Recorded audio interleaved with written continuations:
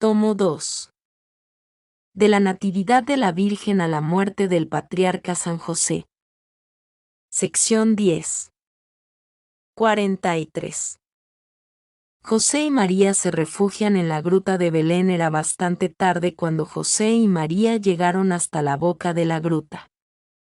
La borriquilla, que desde la entrada de la Sagrada Familia en la casa paterna de José había desaparecido corriendo en torno de la ciudad, corrió entonces a su encuentro y se puso a brincar alegremente cerca de ellos. Viendo esto, la Virgen dijo a José: «¿Ves? Seguramente es la voluntad de Dios que entremos aquí». José condujo el asno bajo el alero, delante de la gruta.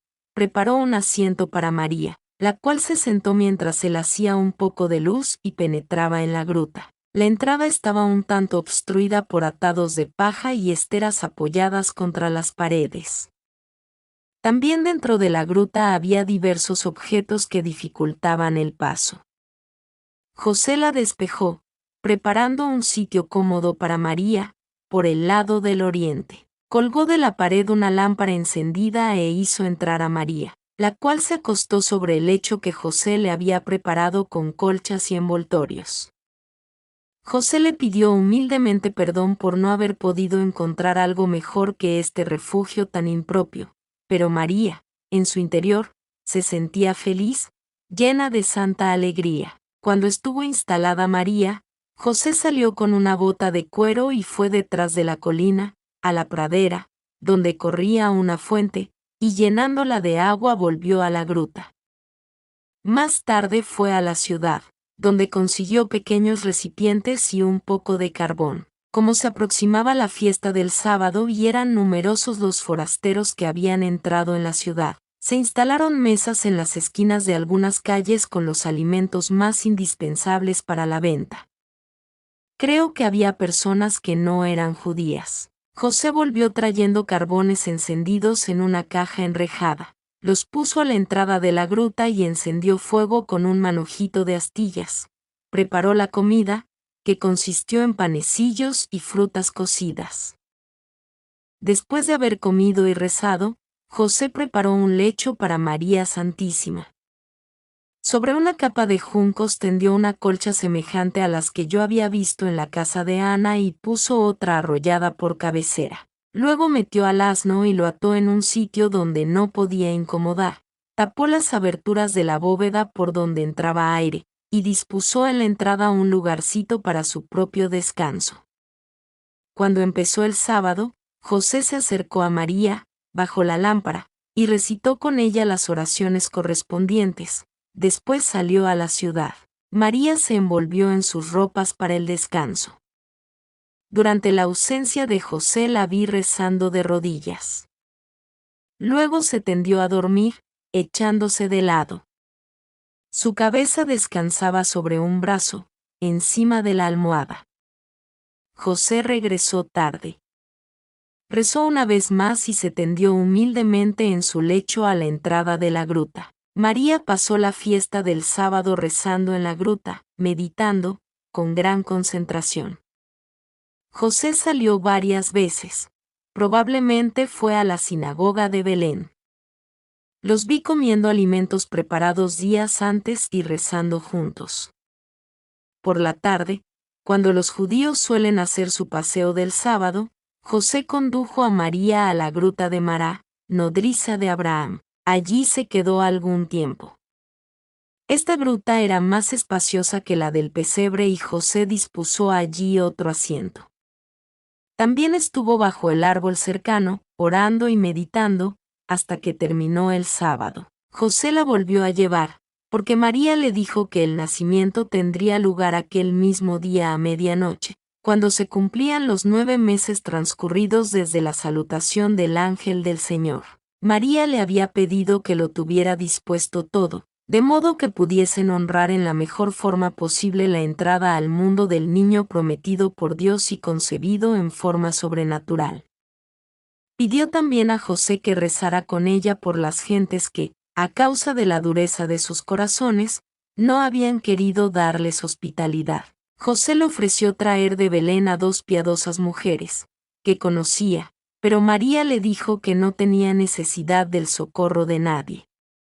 En cuanto se puso el sol, antes de terminar el sábado, José volvió a Belén, donde compró los objetos más necesarios, una escudilla, una mesita baja, frutas secas y pasas de uva, volviendo con todo esto a la gruta. Fue a la gruta de Mará y llevó a María a la del pesebre, donde María se sentó sobre sus colchas, mientras José preparaba la comida. Comieron y rezaron juntos. Hizo José una separación entre el lugar para dormir y el resto de la gruta, ayudándose de unas pértigas de las cuales suspendió algunas esteras que se encontraban allí. Dio de comer al asno que estaba a la izquierda de la entrada, atado a la pared. Llenó el comedero del pesebre de cañas y de pasto y musgo y por encima tendió una colcha. Cuando la Virgen le indicó que se acercaba la hora, instándole a ponerse en oración, José colgó del techo varias lámparas encendidas y salió de la gruta, porque había escuchado un ruido a la entrada. Encontró a la pollina que hasta entonces había estado vagando en libertad por el Valle de los Pastores y volvía ahora, saltando y brincando, llena de alegría, alrededor de José. Este la ató bajo el alero, delante de la gruta y le dio su forraje. Cuando volvió a la gruta vio, antes de entrar en ella, a la Virgen rezando de rodillas sobre su lecho, vuelta de espaldas y mirando al oriente. Le pareció que toda la gruta estaba en llamas y que María estaba rodeada de luz sobrenatural. José miró todo esto como Moisés la zarza ardiendo. Luego, lleno de santo temor, entró en su celda y se prosternó hasta el suelo en oración. 44. Nacimiento de Jesús. He visto que la luz que envolvía a la Virgen se hacía cada vez más deslumbrante, de modo que la luz de las lámparas encendidas por José no eran ya visibles. María, con su amplio vestido de ceñido, estaba arrodillada en su lecho, con la cara vuelta hacia el oriente. Llegada la medianoche la vi arrebatada en éxtasis, suspendida en el aire, a cierta altura de la tierra. Tenía las manos cruzadas sobre el pecho. El resplandor en tomo de ella crecía por momentos. Toda la naturaleza parecía sentir una emoción de júbilo, hasta los seres inanimados. La roca de que estaban formados el suelo y el atrio parecía palpitar bajo la luz intensa que los envolvía.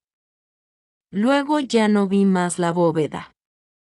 Una estela luminosa, que aumentaba sin cesar en claridad, iba desde María hasta lo más alto de los cielos. Allá arriba había un movimiento maravilloso de glorias celestiales, que se acercaban a la tierra, y aparecieron con toda claridad 6 coros de ángeles celestiales. La Virgen Santísima, levantada de la tierra en medio del éxtasis, oraba y bajaba las miradas sobre su Dios, de quien se había convertido en madre. El Verbo eterno, débil niño, estaba acostado en el suelo delante de María. Vi a nuestro Señor bajo la forma de un pequeño niño todo luminoso, cuyo brillo eclipsaba el resplandor circundante, acostado sobre una alfombrita ante las rodillas de María. Me parecía muy pequeñito y que iba creciendo ante mis miradas. Pero todo esto era la irradiación de una luz tan potente y deslumbradora que no puedo explicar cómo pude mirarla. La Virgen permaneció algún tiempo en éxtasis, luego cubrió al niño con un paño, sin tocarlo y sin tomarlo aún en sus brazos. Poco tiempo después vi al niño que se movía, y lo oí llorar. En ese momento fue cuando María pareció volver en sí misma, y, tomando al niño, lo envolvió en el paño con que lo había cubierto, y lo tuvo en sus brazos, estrechándolo contra su pecho. Se sentó, ocultándose toda ella con el niño bajo su amplio velo, y creo que le dio el pecho. Vi entonces en torno a los ángeles, en forma humana, hincándose delante del niño recién nacido, para adorarlo. Cuando habría transcurrido 1 hora desde el nacimiento del niño Jesús, María llamó a José, que estaba aún orando con el rostro pegado a la tierra. Se acercó, prosternándose, lleno de júbilo, de humildad y de fervor. Solo cuando María le pidió que apretara contra su corazón el don sagrado del Altísimo, se levantó José, recibió al niño entre sus brazos, y derramando lágrimas de pura alegría, dio gracias a Dios por el don recibido del cielo. María fajó al niño, tenía solo 4 pañales. Más tarde vi a María y a José sentados en el suelo, uno junto al otro, no hablaban, parecían absortos en muda contemplación. Ante María, fajado como un niño común, estaba recostado Jesús recién nacido, bello y brillante como un relámpago. Ah, decía yo, este lugar encierra la salvación del mundo entero y nadie lo sospecha. He visto que pusieron al niño en el pesebre, arreglado por José con pajas, lindas plantas y una colcha encima. El pesebre estaba sobre la gamella cavada en la roca, a la derecha de la entrada de la gruta, que se ensanchaba allí hacia el mediodía. Cuando hubieron colocado al niño en el pesebre, permanecieron los dos a ambos lados, derramando lágrimas de alegría y entonando cánticos de alabanza. José llevó el asiento y el lecho de reposo de María junto al pesebre. Yo veía a la Virgen, antes y después del nacimiento de Jesús, arropada en un vestido blanco, que la envolvía por entero. Pude verla allí durante los primeros días sentada, arrodillada, de pie, recostada o durmiendo, pero nunca la vi enferma ni fatigada. 45. Señales en la naturaleza. Anuncio a los pastores he visto en muchos lugares, hasta en los más lejanos, una insólita alegría, un extraordinario movimiento en esta noche. He visto los corazones de muchos hombres de buena voluntad reanimados por una ansia, plena de alegría, y, en cambio, los corazones de los perversos llenos de temores. Hasta en los animales he visto manifestarse alegría en sus movimientos y brincos. Las flores levantaban sus corolas, las plantas y los árboles tomaban nuevo vigor y verdor, y esparcían sus fragancias y perfumes. He visto brotar fuentes de agua de la tierra. En el momento mismo del nacimiento de Jesús, brotó una fuente abundante en la gruta de la colina del norte. Cuando al día siguiente lo notó José, le preparó enseguida un desagüe. El cielo tenía un color rojo oscuro sobre Belén, mientras se veía un vapor tenue y brillante sobre la gruta del pesebre, el valle de la gruta de Maraña y el valle de los pastores. A legua y media más o menos de la gruta de Belén, en el valle de los pastores, había una colina donde empezaba una serie de viñedos que se extendía hasta Gaza. En las faldas de la colina estaban las chozas de 3 pastores, jefes de las familias de los demás pastores de las inmediaciones. A distancia doble de la gruta del pesebre se encontraba lo que llamaban la Torre de los Pastores. Era un gran andamiaje piramidal, hecho de madera, que tenía por base enormes bloques de la misma roca. Estaba rodeado de árboles verdes y se alzaba sobre una colina aislada en medio de una llanura.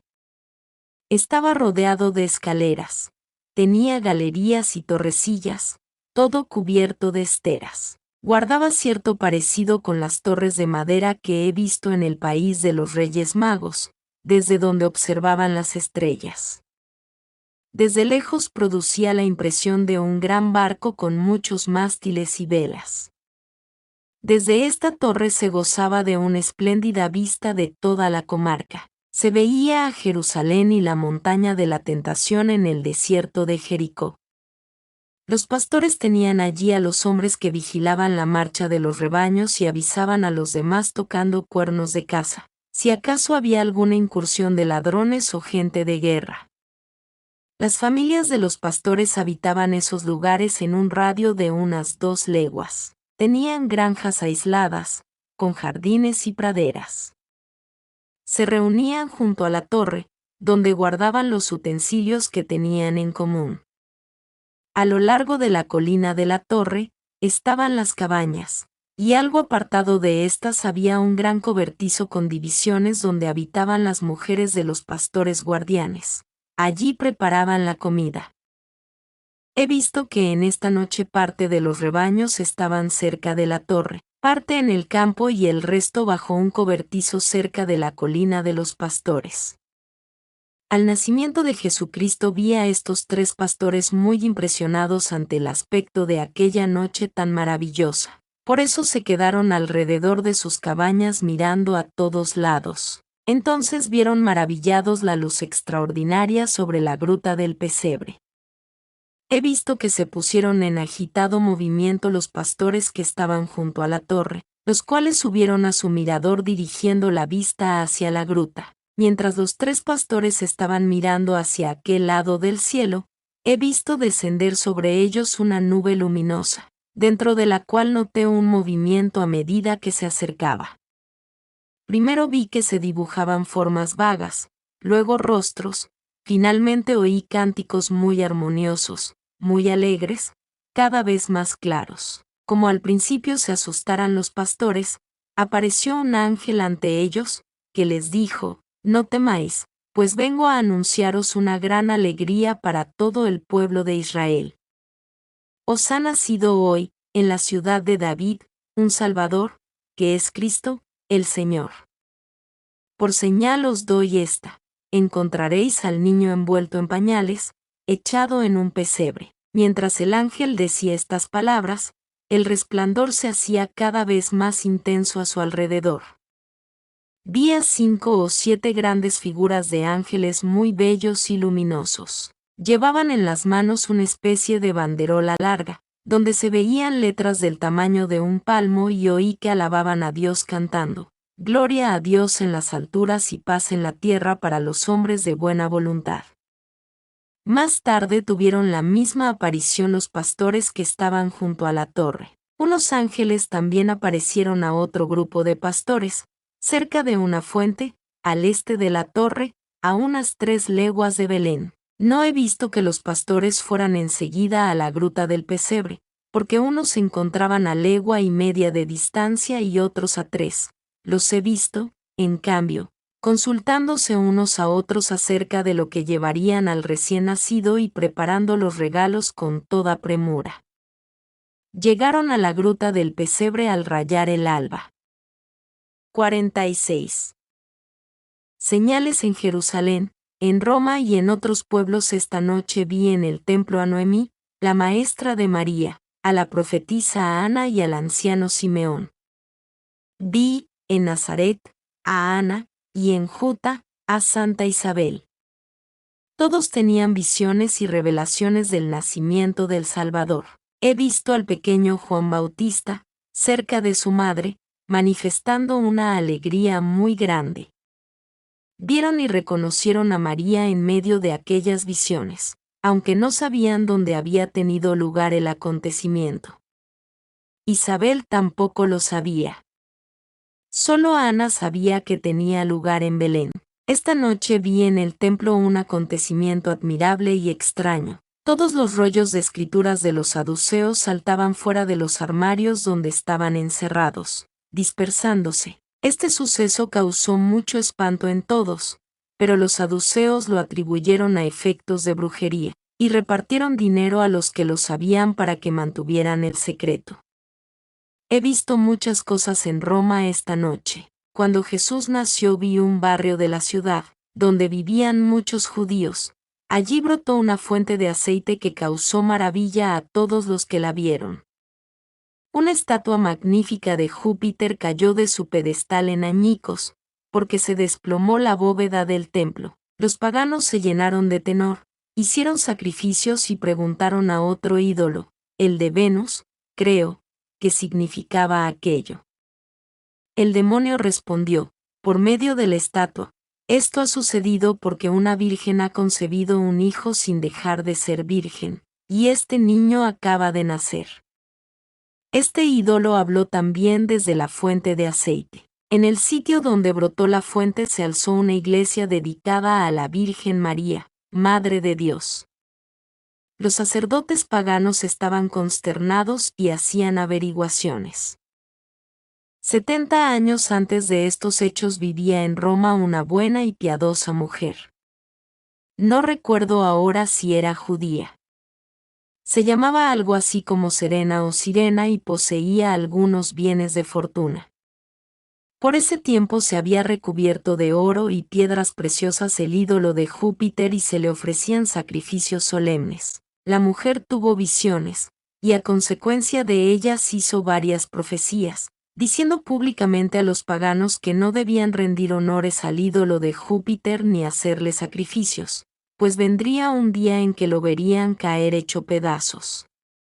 Los sacerdotes la hicieron comparecer y le preguntaron cuándo habían de suceder estas cosas. Como no pudo determinar el tiempo, fue encerrada en prisión y maltratada, hasta que Dios le hizo conocer que ello sucedería cuando una Virgen purísima diera a luz un niño.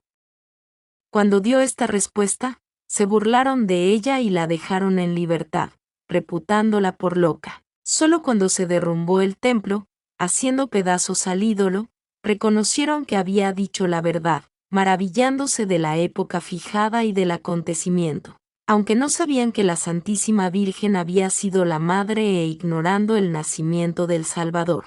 He visto que los magistrados de Roma se informaron de estos hechos, como de la fuente que había brotado. Uno de ellos fue un tal Léntulo, abuelo de Moisés, sacerdote y mártir, y de aquel otro Léntulo, que fue amigo de San Pedro en Roma. Relacionado con el emperador Augusto he visto algo que ahora no recuerdo bien. Vi al emperador con otras personas sobre una colina de Roma, en uno de cuyos lados se encontraba el templo, cuya techumbre se había derrumbado. Por unas gradas se llegaba hasta la cumbre de la colina donde había una puerta dorada. Era un lugar donde se ventilaban asuntos de interés. Cuando el emperador bajó de la colina, vio a la derecha, encima de ella, una aparición en el cielo.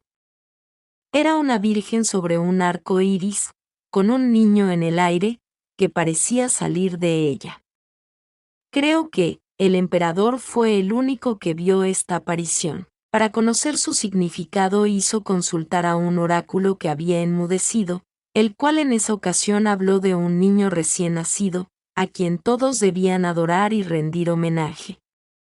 El emperador hizo erigir un altar en el sitio de la colina donde había visto la aparición, y después de haber ofrecido sacrificios, lo dedicó al primogénito de Dios. He olvidado otros detalles de este hecho. He visto en Egipto un hecho que anunció el nacimiento de Jesucristo. Mucho más allá de Matarea, de Heliópolis y de Memphis había un gran ídolo que pronunciaba habitualmente toda clase de oráculos, y que de pronto enmudeció. El faraón mandó hacer sacrificios en todo el país a fin de saber por qué causa había callado.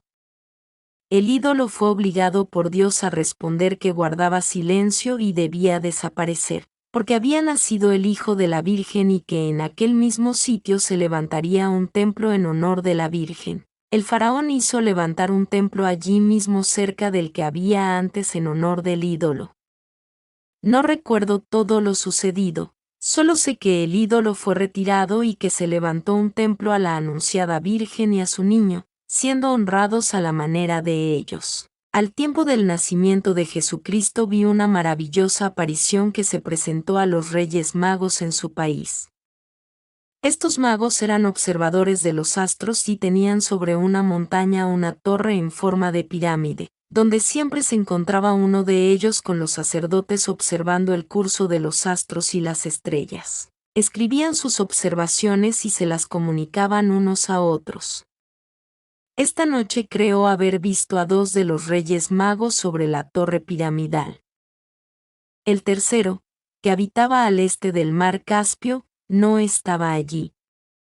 Observaban una determinada constelación en la cual veían de cuando en cuando variantes, con diversas apariciones.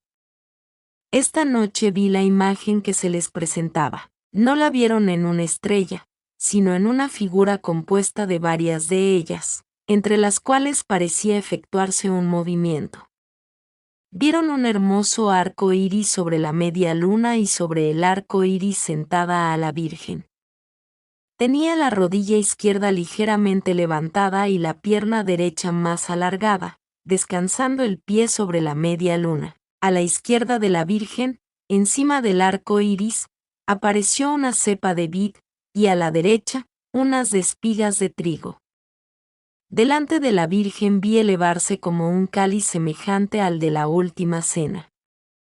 Del cáliz vi salir al niño, y por encima de él, un disco luminoso parecido a una custodia vacía, de la que partían rayos semejantes a espigas. Por eso pensé en el Santísimo Sacramento. Del costado derecho del niño salió una rama, en cuya extremidad apareció, a semejanza de una flor, una iglesia octogonal con una gran puerta dorada y dos pequeñas laterales. La Virgen hizo entrar al cáliz, al niño y a la hostia en la iglesia, cuyo interior pude ver, y que en aquel momento me pareció muy grande. En el fondo había una manifestación de la Santísima Trinidad. La iglesia se transformó luego en una ciudad brillante, que me pareció la Jerusalén celestial. En este cuadro vi muchas cosas que se sucedían y parecían hacer unas de otras, mientras yo miraba el interior de la iglesia. Ya no puedo recordar en qué forma se fueron sucediendo. Tampoco recuerdo de qué manera supieron los reyes magos que Jesús había nacido en Judea. El tercero de los reyes, que vivía muy distante, vio la aparición al mismo tiempo que los otros. Los reyes sintieron una alegría muy grande, juntaron sus dones y regalos y se dispusieron para el viaje. Se encontraron al cabo de varios días de camino. Los días que precedieron al nacimiento de Jesús, los veía sobre su observatorio, donde tuvieron varias visiones. 47. Antecedentes de los Reyes Magos. 500 años antes del nacimiento del Mesías, los antepasados de los tres Reyes Magos eran poderosos y tenían más riquezas que sus descendientes, ya que sus posesiones eran extensas y su herencia menos dividida. Vivían entonces en tiendas de campaña, con excepción del antepasado del rey que vivía al este del mar Caspio, cuya ciudad veo en este momento. Esta ciudad tiene construcciones subterráneas de piedra, en lo alto de las cuales se alzan pabellones, pues se halla cerca del mar, que se desborda con frecuencia. Veo allí montañas muy altas y dos mares, uno a mi derecha y otro a mi izquierda. Aquellos jefes de raza eran, según sus tradiciones, observadores y adoradores de los astros, y existía en el país un culto abominable que consistía en sacrificar a los viejos, a los hombres deformes y a veces también a los niños. Lo más horrible era que estos niños eran vestidos de blanco y luego arrojados en calderas donde morían hervidos. Toda esta abominación fue abolida. A estos ciegos paganos Dios les anunció con mucha anticipación el nacimiento del Salvador. Aquellos príncipes tenían 3 hijas versadas en el conocimiento de los astros. Las 3 recibieron el espíritu de profecía y supieron, por medio de una visión, que una estrella saldría de Jacob y que una virgen daría a luz al Salvador del mundo. Vestidas de largos mantos recorrían el país predicando la reforma de las costumbres y anunciando que los enviados del Salvador vendrían un día al país trayendo el culto del Dios verdadero. Predecían muchas cosas más relativas a nuestra época y a épocas más lejanas aún. A raíz de estas predicciones los padres de estas jóvenes elevaron un templo a la futura Madre de Dios hacia el mediodía del mar, en el mismo sitio de los límites de sus países, y allí ofrecieron sacrificios. La predicción de las 3 vírgenes se refería especialmente a una constelación y a diversos cambios que habrían de producirse. Desde entonces empezaron a observar aquella constelación desde lo alto de una colina cercana al templo de la futura Madre de Dios, y de acuerdo con esas observaciones, cambiaban algunas cosas en los templos, en el culto religioso y en los ornamentos. Así he visto que el pabellón del templo era unas veces azul, otras rojo, otras amarillo, y demás colores. Me impresionó que pasaran su día de fiesta al sábado, mientras antes celebraban el viernes. Todavía recuerdo el nombre que daban a este día, Tana o Taneda. 48. Fecha del nacimiento del Redentor. Jesucristo nació antes de cumplirse el año 3997 del mundo. Más tarde fueron olvidados los 4 años, menos algo, transcurridos desde su nacimiento hasta el fin del 4000. Después se hizo comenzar nuestra era 4 años más tarde. Uno de los cónsules de Roma, llamado Léntulo, fue antepasado del sacerdote y mártir Moisés, del cual tengo una reliquia. Había vivido en tiempos de San Cipriano. De él desciende aquel otro Léntulo que fue amigo de San Pedro en Roma. Herodes reinó 40 años. Durante 7 años no fue independiente, pero ya desde aquel tiempo oprimía al país y cometía actos de crueldad. Murió, creo, en el año 6 de la vida de Jesús. Su muerte se guardó en secreto por algún tiempo. Herodes fue siempre sanguinario y hasta en sus últimos días hizo mucho daño. Lo vi arrastrándose en medio de una amplia habitación acolchada, con una lanza a su lado, queriendo herir a las personas que se le acercaban. Jesús nació más o menos en el año 34 de su reinado. Unos 2 años antes de la entrada de María en el templo, Herodes mandó hacer algunas construcciones allí. No hizo de nuevo el templo, sino algunas reformas y mejoras. La huida a Egipto se produjo cuando Jesús tenía 9 meses, y la matanza de los inocentes ocurrió durante el 2.º año de la edad de Jesús. El nacimiento de Jesús tuvo lugar en un año judío de 13 meses, que era un arreglo semejante a nuestros años bisiestos. Creo también que los judíos tenían meses de 20 días 2 veces al año y uno de 22 días. Pude oír algo de esto a propósito de los días de fiesta, pero ahora no me queda más que un recuerdo confuso. He visto que se hicieron varias veces cambios en el calendario. Sucedió esto al salir de un cautiverio, mientras se trabajaba en la reconstrucción del templo. He visto al hombre que cambió el calendario y supe también su nombre. 49. Los pastores acuden con sus presentes. A la caída de la tarde los 3 pastores jefes se dirigieron a la gruta del pesebre con los regalos, consistentes en animalitos parecidos a los corzos. Si eran cabritos, eran muy distintos de los de nuestro país, pues tenían cuellos largos, ojos hermosos muy brillantes, eran muy graciosos y ligeros al correr. Tíos pastores los llevaban atados con delgados cordeles.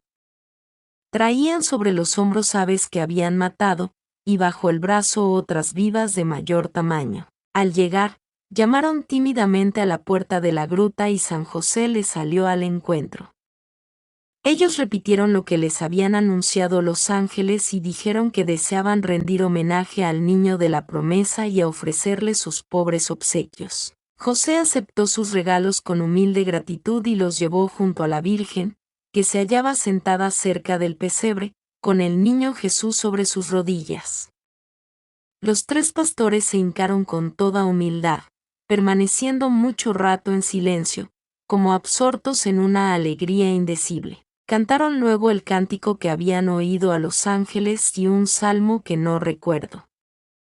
Cuando estaban por irse, María les dio al niño, que ellos tomaron en sus brazos, uno después de otro, y llorando de emoción lo devolvieron a María, y se retiraron. Por la noche vinieron de la torre de los pastores, a 4 leguas del pesebre, otros pastores con sus mujeres y sus niños. Traían pájaros, huevos, miel, madejas de hilo de diversos colores, pequeños atados que parecían de seda cruda y ramas de una planta parecida al junco. Esta planta tiene unas espigas llenas de semillas gruesas. Después que entregaron estos regalos a San José, se acercaron humildemente al pesebre, al lado del cual se hallaba María sentada. Saludaron a la madre y al niño, después, de rodillas, cantaron hermosos salmos, el Gloria in excelsis de los ángeles y algunos otros muy breves. Yo cantaba con ellos. Cantaban a varias voces y yo hice una vez la voz alta. Recuerdo más o menos lo siguiente: oh niñito, bermejo como la rosa, parece semejante a un mensajero de paz. Cuando se despidieron, se inclinaban ante el pesebre como si besaran al niño. Hoy he vuelto a ver a los tres pastores, ayudando a San José, uno después de otro, a disponer todo con mayor comodidad en la gruta del pesebre y en las cavernas laterales.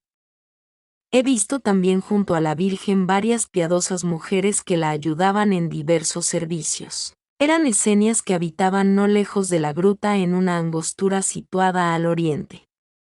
Estas mujeres vivían en unas especies de casas abiertas en la roca a considerable altura de la colina. Tenían jardincitos cerca de sus casas y se ocupaban en instruir a los niños de los esenios. San José las había hecho venir porque desde su niñez conocía a esta asociación. Cuando huía de sus hermanos habíase refugiado varias veces con esas piadosas mujeres en la gruta del pesebre. Estas acercábanse una tras otra a María, trayendo provisiones, y atendían los quehaceres de la Sagrada Familia. Hoy he visto una escena muy conmovedora. José y María se hallaban junto al pesebre, contemplando con profunda ternura al niño Jesús. De pronto el asno se echó también de rodillas y agachó la cabeza hasta la tierra en acto de adoración. María y José lloraban emocionados. Por la noche llegó un mensaje de Santa Ana. Un anciano llegó de Nazaret con una viuda parienta de Ana, a la cual servía. Traían diversos objetos para María. Al ver al niño se conmovieron extraordinariamente. El viejo derramaba lágrimas de alegría. Volvió a ponerse en camino llevando noticias de lo visto a Ana, mientras la viuda se quedó para servir a María. Hoy he visto que la Virgen con el niño Jesús, acompañada de la criada de Ana, salieron de la gruta del pesebre durante algunas horas. María se refugió en la gruta lateral donde había brotado la fuente después del nacimiento de Jesucristo. Pasó unas 4 horas en esa gruta, en la cual habría de estar más tarde, 2 días enteros. José había estado arreglándola desde la mañana para que pudiera estar allí con más comodidad. Se refugiaron en esa gruta, por inspiración interior, pues habían venido personas de Belén a ver la gruta del pesebre, y paréceme que eran emisarios de Herodes. A consecuencias de las conversaciones de los pastores había corrido la voz de que algo milagroso había sucedido allí al tener lugar el nacimiento del niño. Vi a esos hombres hablando un rato con José, a quien hallaron con los pastores delante de la gruta del pesebre, y luego se fueron, riéndose y burlándose, cuando vieron la pobreza del lugar y la simplicidad de las personas. María, después de haberse quedado 4 horas oculta en la gruta lateral, volvió a la del pesebre con el niño Jesús. En la gruta del pesebre reina una amable tranquilidad, pues nadie viene hasta este lugar y solo los pastores están en comunicación con ella.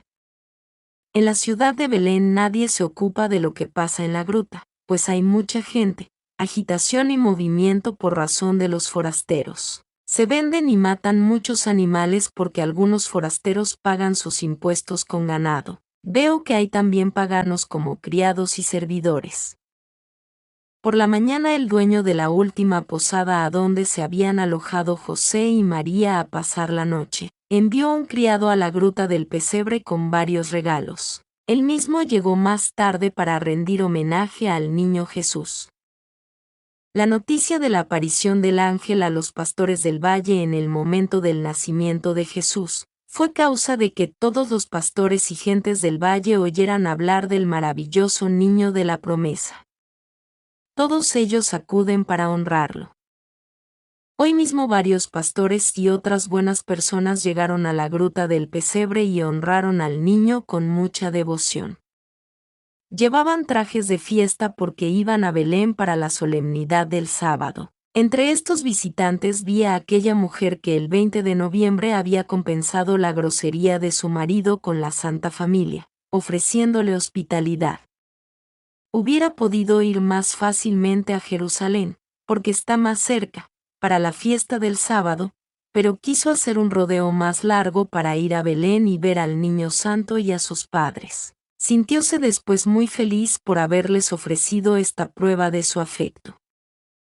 Por la tarde vi a un pariente de José, al lado de cuya casa la Sagrada Familia había pasado la noche del 22 de noviembre. Ahora venía al pesebre para ver y saludar al niño.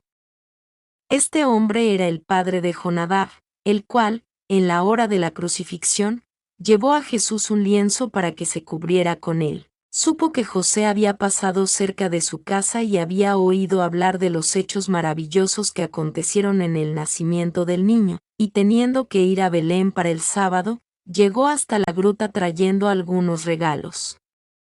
Saludó a María y rindió homenaje al niño. José lo recibió amistosamente, pero no quiso aceptar de él nada, y solo le pidió prestado algún dinero dándole en garantía la borriquilla a condición de recuperarla al devolverle el dinero.